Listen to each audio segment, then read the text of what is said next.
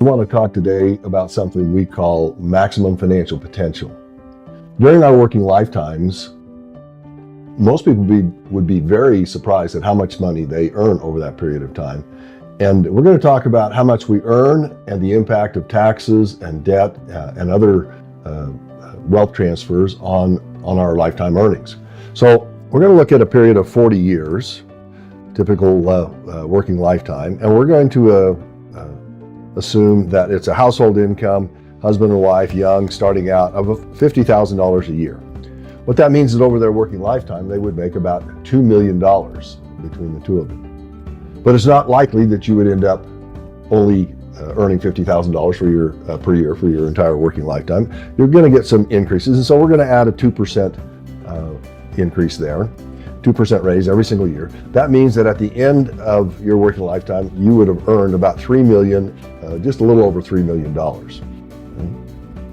Well, in order to illustrate this idea of maximum financial potential, what we're going to do is we're going to make a couple of assumptions. And one of those assumptions, to begin with, is a little bit of a fairy tale, meaning we're going to assume that you have no expenses whatsoever, that everything is provided for you, and you're able to invest your entire paychecks in a savings account.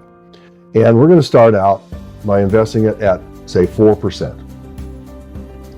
That means that over your working lifetime, with your earnings, everything that you earn in your paycheck, growing at 4%, you would end up with $6,741,751 in your savings account.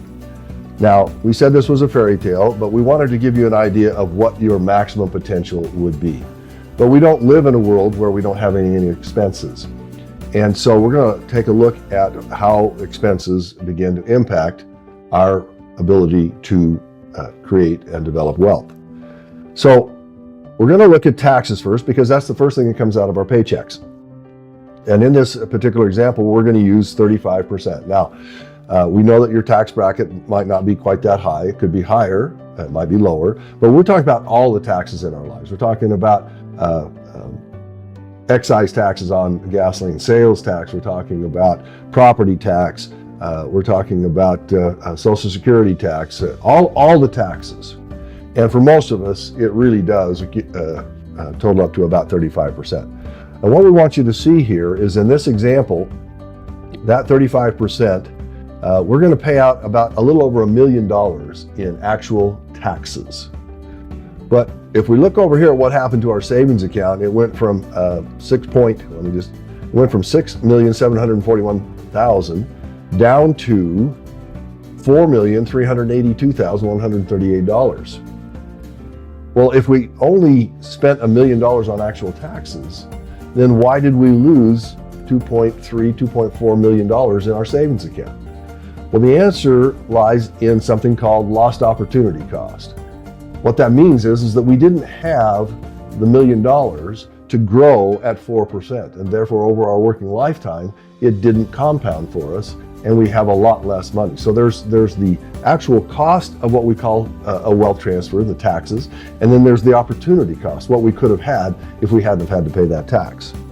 Now, in addition to that, in this country, the after-tax debt service, that includes your mortgage payments, your car loans, your credit cards, maybe your student loans, all the things that we borrow money for, the after-tax percentage that the average American spends on those expenses is 34%. You can see that, again, the actual out-of-pocket expense is a little over $1 million.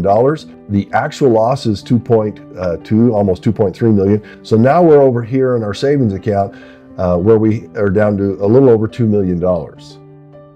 Still a nice retirement at this point, but we haven't spent any money on lifestyle. We haven't bought groceries, we haven't bought gas, we haven't paid for health insurance, we haven't bought school clothing, all the things that we spend money on, we haven't done that yet. And typically, in our lifestyles today, that runs about 29% of our total income. So I'm going to throw that in there, and you see again the number is $875,000 in actual costs. The lost opportunity cost is $1.9 million. And here we are over here 40 years down the road, and we have $134,835 saved. So the impact of taxes and debt and lifestyle really puts what we would call a drag. In fact, this entire red section down here is kind of like an anchor on your financial ship. It puts tremendous drag against your ability to fund and create and build wealth. Well, typical financial planning thinking would be to address rate of return. And so we come over here, we say, all right, 4% is not a very good rate of return. And many financial pundits would say, hey, you can do a lot better. You can get, let's say you can get 8%. So let's put 8% in there and let's see what happens to our savings account. With 8%, we go from $134,000 to $351,000. Much, much, much better. So if 8 is good, why not we look at 12? Because there's a couple of financial pundits out there that suggest that you can get 12%. There we have the solution. If we increase the rate of return, we now have over $1 million in our savings account. And certainly we should be able to retire on that. Well, the challenge though is that anytime we start increasing return, we also increase the possibility of risk, the possibility of loss. And the problem with that is that we never know how significant that loss might be. So what if we took a completely different approach? What if we looked at, rather than chasing return, we went back to keeping a steady return, something that was reasonable, and we looked at managing our financial affairs a little bit differently. For example, what if we could manage our taxes so instead of 35%, they were only 30%? In other words, just a slight decrease in the taxes that we pay. Maybe we pay a little less in income tax. We adjust our affairs so that we're paying less taxes in a lot of different areas, and it ends up being 30%. Now let's see what happens.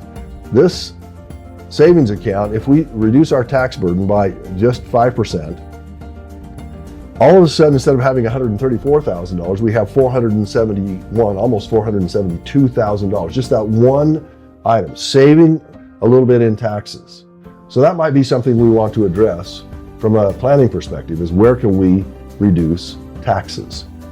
Now, another area that we have a great deal of control over is our debt service. What if we could manage our financial affairs such that we had a lot less debt? We didn't go into debt to buy things. We paid cash for more things. And let's say we could cut that in half. Now look what happens.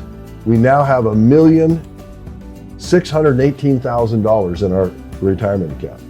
By simply reducing our tax burden and managing our debt more effectively and more efficiently, we now have more money to save. And as a result, we end up with far more money than we ever did by chasing return and putting risk into the process. So our suggestion is that as we work with you, we will teach you some ways to reduce taxes. We will show you something we call the family banking system or the business banking system, because it can be utilized for both families and for businesses. And it's a way of managing, controlling, and recapturing the wealth transfers that come from the process of debt.